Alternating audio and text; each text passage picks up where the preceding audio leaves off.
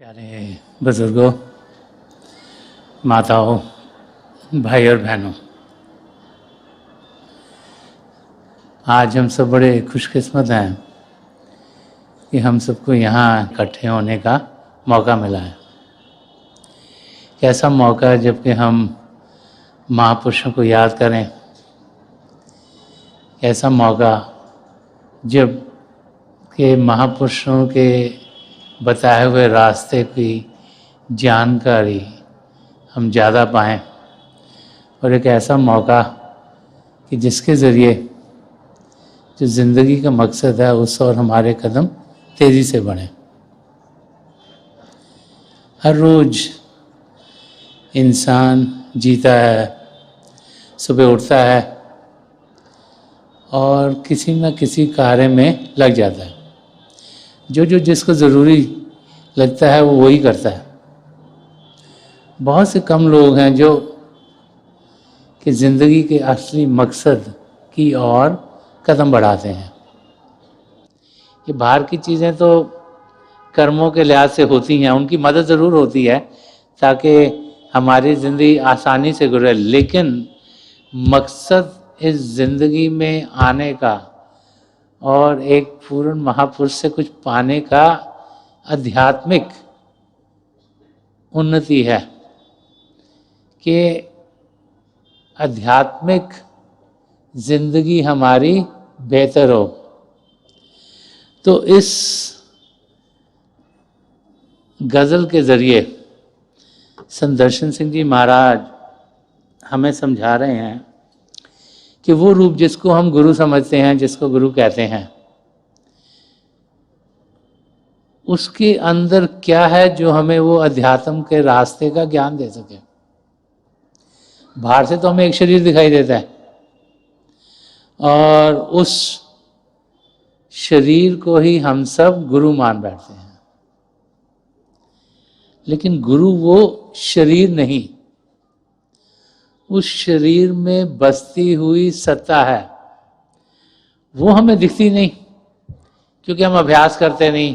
हम तो बाहर की आंखों से उनके दर्शन करना चाहते हैं, तो बाहर की आंखों से तो बाहर की चीजें दिखेंगी। जब तक इंसान अभ्यास ना करे वो उनके असली रूप, जिसको नूरी स्वरूप कहा जाता है, जिसको सदगुरु कहा गया है, वो स्वरूप जो हम जब अंदर जाते हैं, अंदर की दुनिया में उनका स्वरूप पाते हैं, वो ही सही गुरु है, वो ही सत्ता है जो कि हमें मदद करती है। अब ताकि हम उस सत्ता का अनुभव कर सकें, हम एक गुरु को जो बाहरी रूप में गुरु, उसको कई रंगों में देखते हैं, कई रूप में देखते हैं। As a father figure, as a early brother figure, हमारे बीच में गुजर के हमसे मिलते हैं, बैठते हैं, बातचीत करते हैं, खाते हैं, हमारे साथ हंसते भी हैं, हमारे अंग संग रहते हैं। Two different aspects of life कि अलग अलग रंगों में हम देखते हैं, लेकिन हम जिस रंग में देखते हैं उसी को समझ बैठते हैं। ये भूल जाते हैं कि उनके ये अलग अलग अलग रंग हैं। असलियत उनके थ्रू आत्मिक तरक्की की होनी चाहिए। तो संदर्शन सिंह जी महाराज गुरु के बारे में फरमा रहे हैं जो उन्होंने अपनी लाइफ में हजूर बाबा सावन सिंह जी महाराज में पाया, परम संत कृपाल सिंह जी महाराज में पाया। उनको तरह तरह के रूप में उन्होंने देखा। जब छोटे थे तो अपने पिताजी को पिताजी के रूप में देखा। वो जब और बड़े हुए तो उन्हें देखा कि ये शिष्य के रूप में अपने गुरु से कितनी लगन करते हैं। जब और बड़े हुए तो देखा कि यूनिवर्सल फादर हो गए, तो सबके मददगार हैं। तो कई रूप उन्होंने अपने पिताजी के देखे, संत कृपाल सिंह जी महाराज के देखे, और नज़दीकी हजूर बाबा सावन सिंह जी महाराज की बहुत पाई उन्होंने। तो एक गुरु क्या है जो उन्होंने जाना पहचाना, वो समझा रहे हैं, फरमा रहे हैं कि गर उन्हें बज़्म जहां में नाज़े यकताई ना हो, कि गर उन्हें बज़्म जहां में नाज़े यकताई ना हो, उनको सौ रंगों में शौक़े महफिले आराई ना हो। अगर इसका लिटरेरी मीनिंग लें तो वो होगा कि अगर जो हमारे सद्गुरु हैं, जो हमारे प्रीतम हैं, जिन्हें हम अपना बिलावड कहते हैं, अगर उन्हें प्रभु से मिलने का जोड़ ना हो, अगर वो ये ना जानते हो कि वो प्रभु से एक में एक हैं, तो फिर वो जितने भी लोग हैं जिनको मिलते हैं उनको अलग अलग अलग रंगों में ना मिलें। दर्शन सिंह जी महाराज हमें ये समझा रहे हैं कि जब हम एक पूर्ण महापुरुष की शरण में जाते हैं तो हम उनको अलग अलग एक्सपीरियंसेस में पाते हैं। वो एक्सपीरियंसेस जिनके ज़रिए हमारा प्रेम उनसे बढ़ना शुरू होता है। वो उस अवस्था में क्यों है? क्योंकि उनका प्रेम अपने सद्गुरु और पिता परमेश्वर से बहुत ज़्यादा है। उनकी लगन पिता परमेश्वर में बहुत है, उनका ध्यान पिता परमेश्वर में हर समय है। और क्योंकि उनकी डोर पिता परमेश्वर के साथ जुड़ी हुई है तो उसका फायदा उनके ज़रिए हम तक पहुंच सकता है। पिता परमेश्वर की महफिल में पहुंचना कोई आसान काम नहीं। तो जो उनसे जुड़ा होगा, उनके साथ जब हम जुड़ते हैं तो हमारी रीच भी वहाँ तक होनी शुरू हो जाती है। और कई रंगों की महफिल वो क्यों सजाते हैं? क्योंकि वो तो एक किस्म के इंसान के लिए है नहीं। तो अगर कोई गरीब होगा उसको भी वो प्यार करेंगे, अगर कोई अमीर होगा उसको भी करेंगे, अगर कोई एक जात का है उसको भी प्यार करेंगे, दूसरी जात का है उसको भी प्यार करेंगे, अगर कोई एक सोशल स्टेटस का है उसको भी वो प्यार करेंगे, कोई दूसरी सोशल स्टेटस का है उसको भी प्यार करेंगे। तो उनके लिए हम सब एक ही हैं।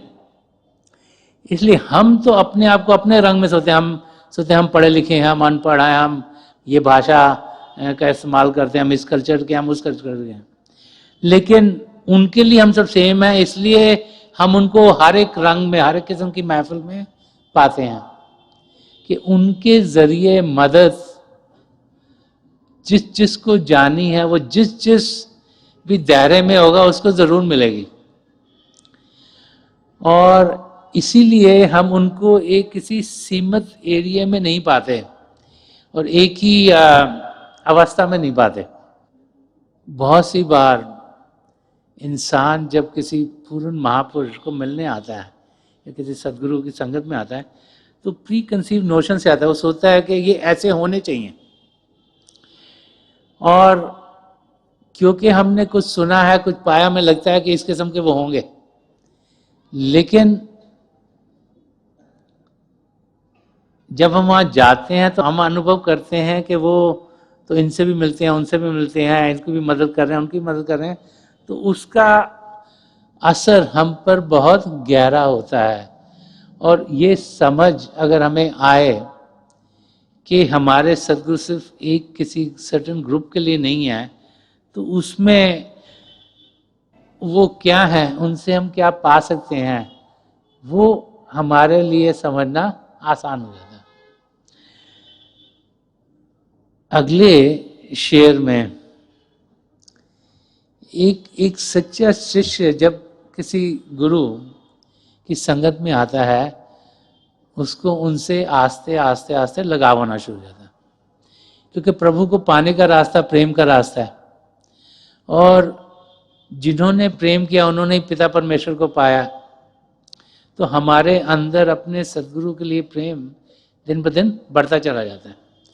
जैसे जैसे वो प्रेम बढ़ता है तो हमारी लगन उनके साथ ही होनी शुरू हो जाती है, और बाकी सब चीज़ों से हम आस्ते आस्ते आस्ते आस्ते अलग होना शुरू होते हैं। जब तक बाहर के लगाव से अलग नहीं होंगे तब तक अंदर में लगाव हमारा होगा नहीं। लगाव इधर भी बाहर है, इधर भी बाहर है, इधर भी बाहर है, इधर भी बाहर है, तो फिर वहाँ टाइम और अटेंशन बढ़ जाता है। तो जैसे जैसे लगाव पिता परमेश्वर से बढ़ता है हमें और कोई चीज़ अच्छी नहीं लगती, सब चीज़ फीकी फीकी लगनी शुरू हो जाती है। तो एक सच्चे शिष्य की प्रार्थना क्या है कि उसकी जिंदगी कैसी होनी चाहिए? संत दर्शन सिंह जी महाराज ने जो अपनी लाइफ में अनुभव किया वो इस नतीजे पर पहुंचे हैं। वो फरमा रहे हैं कि सर मेरा खम ए खुदा उनकी ही चौखट पर रहे। सर ये मेरा, सर मेरा खम ए खुदा उनकी ही चौखट पर रहे, और दर पर मेरी किस्मत में जबी साई ना हो। वो कहते कि मेरा सर जो है वो उनकी चौखट पर ही झुका रहे, मेरा ध्यान उनकी और हर वक्त हो, मैं और किसी भी तरफ ना मुड़ूं, कि और दर पर मेरी किस्मत में जबी साई ना हो, कि और किसी भी जगह पर मैं ना जाऊं। क्यों? क्योंकि मुझे ये अनुभव हो गया, मुझे यकीन हो गया है, मुझे एक्सपीरियंस हो गया कि सब कुछ मुझे यहां से मिलेगा। जो कुछ भी मुझे चाहिए, चाहे शारीरिक, चाहे मानसिक, चाहे आध्यात्मिक, वो सब मुझे अपने सदगुरु के जरिए मिलेगा। तो एक सच्चा शिष्य इस नतीजे पर किसी ना किसी स्टेज में लय पे जरूर पहुंचता है। क्यों? क्योंकि उसको अनुभव हो गए हैं, over time, over life experiences हुए हैं अलग अलग। वो आते हैं तो जो उनकी लिए अच्छा है वो उनकी जिंदगी में डलना शुरू होता है। तो संत दर्शन सिंह जी महाराज फरमा रहे हैं कि मेरा सिर इसी दर पर झुके।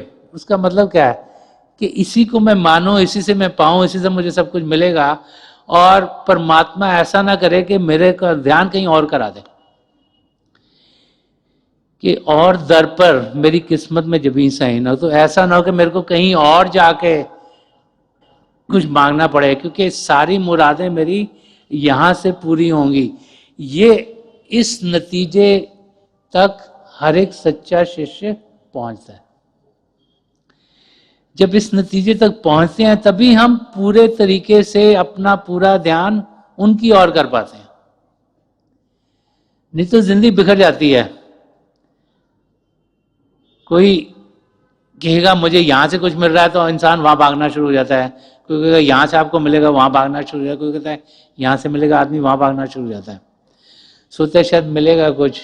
मगर एक सच्चे शिष्य को मालूम है कि मुझे सब कुछ अपने सदगुरु के जरिए मिलेगा, और फिर उसका ध्यान वेवर नहीं करता, इधर उधर जाता नहीं, विशी वॉशी नहीं इंसान रहता, उसके पैर दो बेड़ियों में नहीं है। जब तक हम पूरा विश्वास, पूरा ध्यान एक और नहीं करेंगे तब तक हम अपनी मंजिल की ओर पहुंच नहीं सकते। तो संत दर्शन सिंह जी महाराज यही प्रार्थना कर रहे हैं एक सच्चे शिष्य के जरिए कि जिंदगी ऐसी हो जिसमें पूरी लगन, पूरा ध्यान अपने सदगुरु की ओर हो। इसी को अगले शेयर में समझा रहे हैं और फरमा रहे हैं, तुम ना हो जो पास तो हो पास यादों का हजूम। इनकी संत दर्शन सिंह जी महाराज की पोइट्री सारी बहुत पॉजिटिव है। हम तो सोचते हैं ना अगर फिजिकली पास ना हो बड़ी मुश्किल पड़ेगी, हम महाराज जी के दर्शन नहीं कर सकते, उनको मिल नहीं सकते, सत्संग में जा नहीं सकते, हम किसी और टाउन में रह रहे हैं, हम उनसे दूर हैं। तो फरमा रहे हैं, तुम ना हो जो पास तो हो पास यादों का हजूम, ऐसा आलम हो के तन्हाई भी तन्हाई ना हो।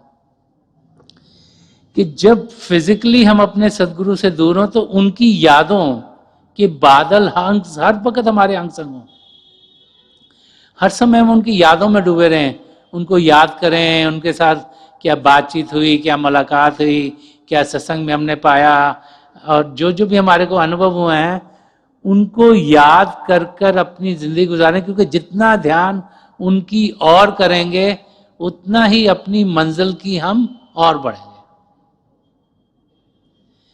कि हमारा ध्यान जितना ज्यादा अपने सदगुरु में होगा उतना ही हम अपनी मंजिल को तेजी से पा सकेंगे। तो फरमा रहे हैं, तुम ना हो जो पास तो हो पास यादों का हजूम। तो बहुत से मौके होते हैं जब हम अपने सदगुरु के साथ फिजिकली नहीं हो सकते, तो वो जो कहावत है हथकारवल दिल यारवल, कई कार्य दिन में इंसान करता है लेकिन ध्यान पिता परमेश्वर में हो, कि जब जो हम कर रहे हैं हमारी लगन पिता परमेश्वर में होगी तो फिर हम अपनी मंजिल तक पहुंच पाएंगे। हम अपने आप को सही रूप में जान पाएंगे, और जब ध्यान उनकी ओर करेंगे तो फिर चीजें अच्छी अच्छी होंगी। एक जगह और संत दर्शन सिंह जी महाराज ने ऐसे ही फरमाया कि कभी याद तेरी कभी तेरा जलवा, करम है ये मेरा जो तुझ पर मकी है।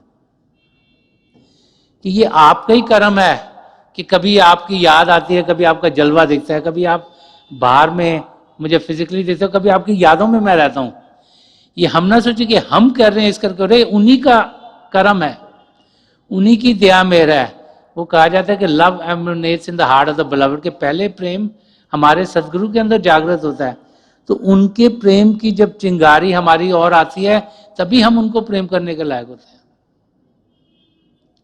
और एक जगह और संत दर्शन सिंह जी महाराज ने फरमाया कि मोहब्बत की हर चीज हुस्न आफरी है, मोहब्बत की दुनिया सरासर हंसी है।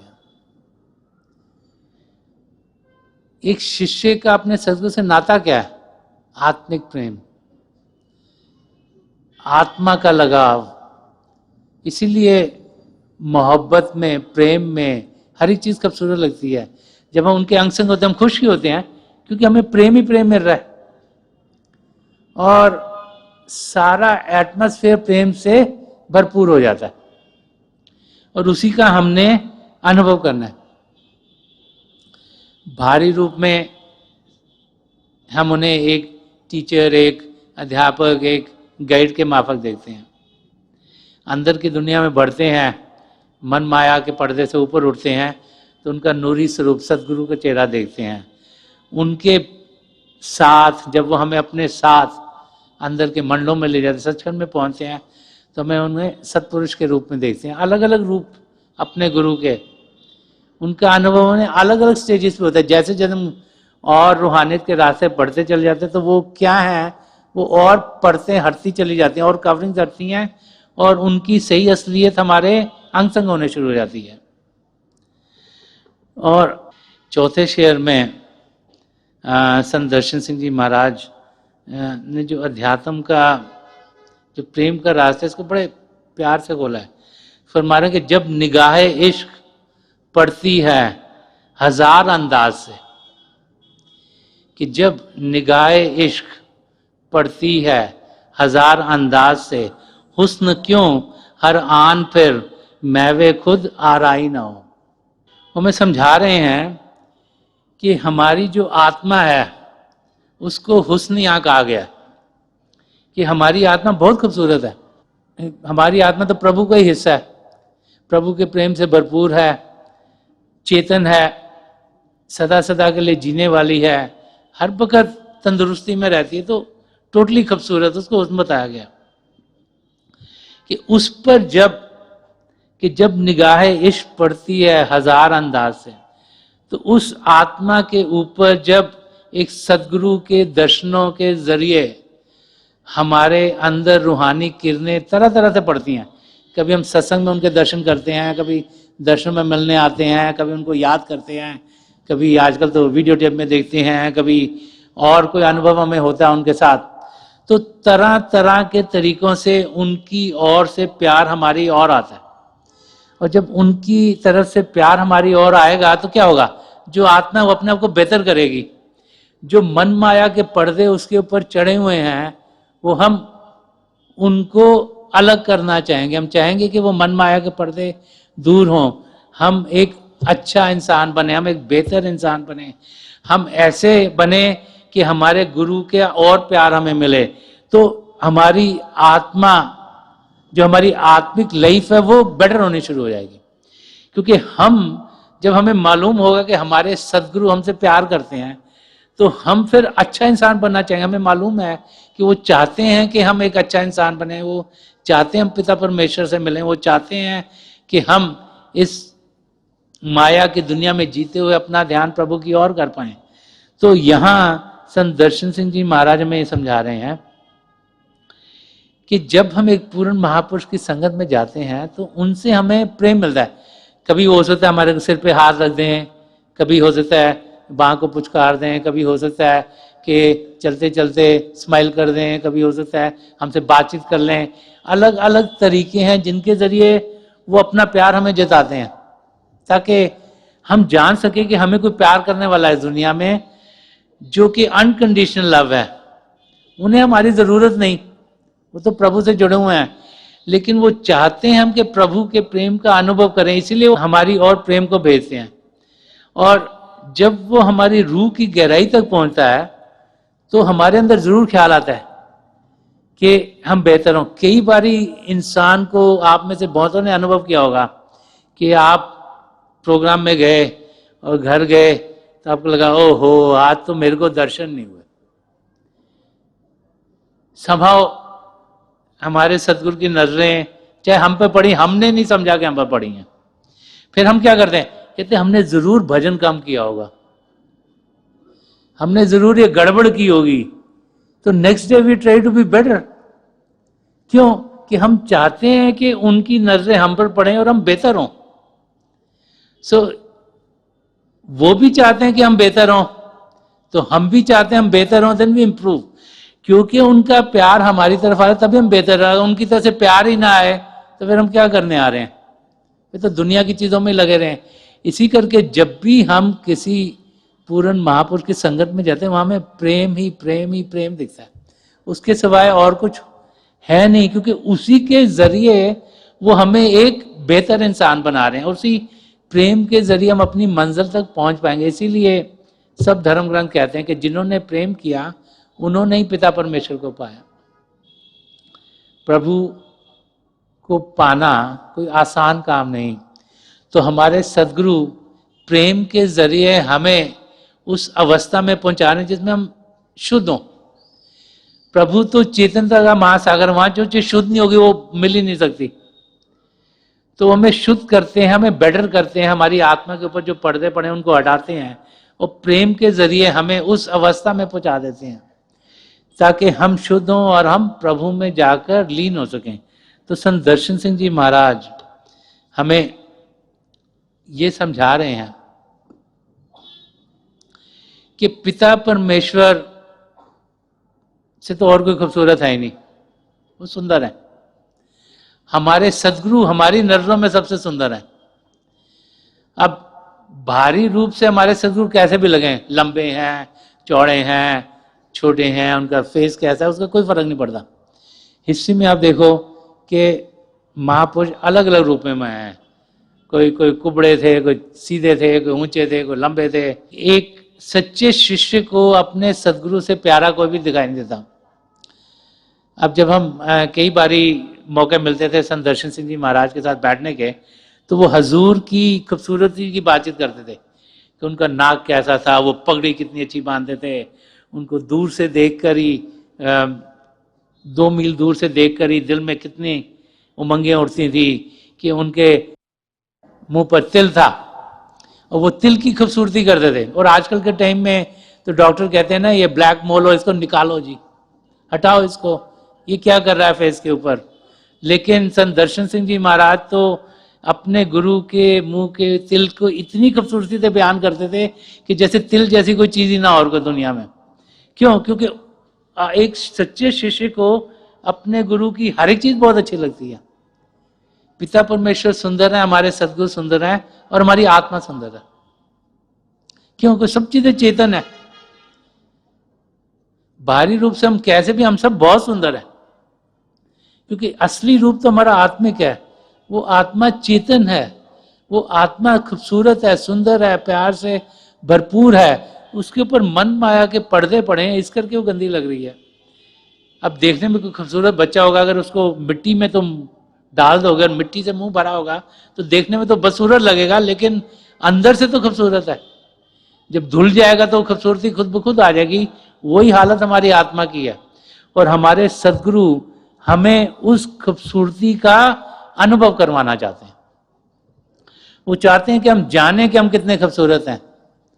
वो चाहते हैं कि हम पहचाने कि हम प्रभु से अलग नहीं। और फिर जब वो हमें प्रेम देते हैं, हम ध्यान पर बैठते हैं, क्योंकि खूबसूरती तो अंदर ही है, इंसान के अंदर की दुनिया में जाते हैं, उनको पाते हैं। तो हम जो प्रभु को पाने का रास्ता है, जो खूबसूरती से भरपूर है, जो प्रेम से भरपूर है, उसका अनुभव करते हैं। जब हमारी अंदरूनी आंख खुल जाती है तो चेतन इन्वायरमेंट जो कि मंडल हैं बियॉन्ड द फिजिकल, जो ये फिजिकल प्लेन है जिसमें हम जी रहे हैं, इसके आगे, ये पिंड के देश के आगे अन ब्रह्मांड पार ब्रह्म सचखंड है। जब उनकी खूबसूरती देखते हैं तो अंदर से कितनी खुशी हमारे अंदर होती है। और जब सचखंड में पहुंचते हैं, जब मिलन पिता परमेश्वर के साथ इंसान का होता है, तो उसमें जब अंदरूनी आंख खुलती है इंसान की और वो उस अवस्था में पहुंचता है, तो उसका बयान नहीं किया जा सकता। उसमें हालत ऐसी होती है जैसी संत दर्शन सिंह जी महाराज ने ये लास्ट शेयर में फरमाया। उन्होंने एक गार्डन का एग्जाम्पल लेके समझाया है कि कितनी खुशी उस स्टेट में होती है जबकि असलियत हमारे सामने खुलती है। फरमा रहे हैं कि हुस्न बेपर्दा, हुस्न के ऊपर कहा जाता है पर्दा पड़ा हुआ है हर वक्त, कि असलियत दिखती नहीं है। पुराने टाइम में तो ऐसा होता था कि पर्दे में इंसान रहता था, कि हुस्न बेपर्दा जो दर्शन आए सरे बाग को, हुस्न बेपर्दा जो दर्शन आए सरे बाग को, नरगिसे बेनूर भी क्यों फिर तमाशाई ना हो। वो कहते हैं जो नरगिस का फूल है ये आंख के माफक होता है, उसको बेनूर इसलिए कहते हैं कि वो देख नहीं सकता, फूल तो देख नहीं ना सकता कुछ भी, it doesn't have the capacity to see. तो वो कह रहे हैं कि नरगिस से बेनूर भी क्यों फिर तमाशाई ना हो, के वो जो नरगिस का फूल है वो भी तमाशा देखने के लायक क्यों ना हो जाए, चाहे वो देख नहीं सकती मगर उसको इस अवस्था में पहुंचा दिया गया कि वो देख सके। क्यों? कि हुस्न बेपर्दा, कि जो हुस्न है जब पर्दे के अंदर है तो वो खूबसूरती रुकी है, बट वो बेपर्दा हो गया, पर्दा हट गया, वो खूबसूरती है कि हुस्न बेपर्दा जो दर्शन आए सरे बाग को। हमारे सदगुरु क्या है? अभी तो शरीर के अंदर हम उनको देख रहे हैं, जो उसका पर्दा हटता है जब हम शरीर से उठते हैं उनको हम सदगुरु के रूप में देखते हैं, जबकि हम उनके नूरी स्वरूप तक पहुंचते हैं, तो then that's a big change for us. उस प्रकार हमारे लिए चीजें एकदम डिफरेंट होती है। फिर उनके साथ जब हम अंदर जाते हैं और सचखंड में उन्हें सतपुरुष के रूप में देखते हैं, फिर चीजें और खुलती हैं।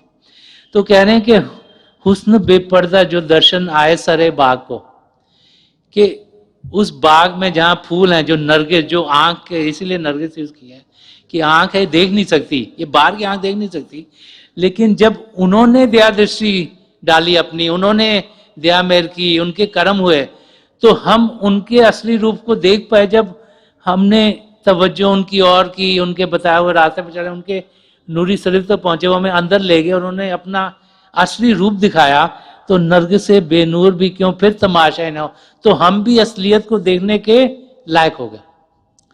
हम सब ने पिता परमेश्वर को देखना है, जानना है, पहचानना है। देख तब पाएंगे जब हमारे सदगुरु की नजर करम हम पर होंगी। हमें एक सच्चा इंसान बनना है, एक अच्छा इंसान बनना है। तो इस गजल के जरिए संत दर्शन सिंह जी महाराज हमें जो प्रेम का रास्ता, उसकी कई परतें समझा रहे हैं खोल खोल कर, कि हम एक अच्छा इंसान बने, अपने सदगुरु के जरिए जो हमें प्रेम आता है उसका अनुभव करें, हम कदम तेजी से अपनी मंजिल की ओर बढ़ाएं, ये जाने कि हमारे सदगुरु के सिवाय इधर और कोई नहीं जो हमें मदद कर सकता है। प्रार्थना प्रभु से यही हो कि हमारा सिर उनके ही दर पर कम रहे, और चाहे वो हमारे नज़दीक हों, चाहे हम उनसे हजारों मील दूर हों, अगर नज़दीक हों तो उनके हमें दर्शन हो, और जब उनसे दूर हों तो उनकी यादों के बादल, उनकी यादें हर समय हमारे अंग संग हों, ताकि हम अपनी मंजिल की ओर बढ़ पाए।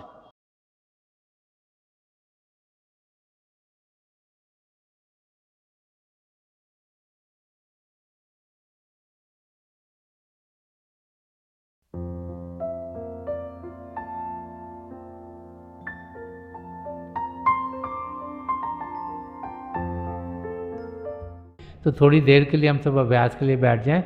आप जहाँ भी बैठे आराम से बैठिएगा, अपनी आंखें बंद कर लीजिएगा। ये आई बॉल्स आँखों के डरने सीधे सामने फोकस हो, जैसे 8-10 सामने आप फोकस हो। आंखें बंद करते ही वो भाई बहन जिन्हें नाम की देन मिली है, आप सिमरन कीजिएगा।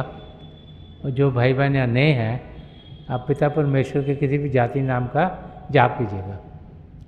जाप मन ही मन करना, ऊंचा नहीं दोहराना। मेरी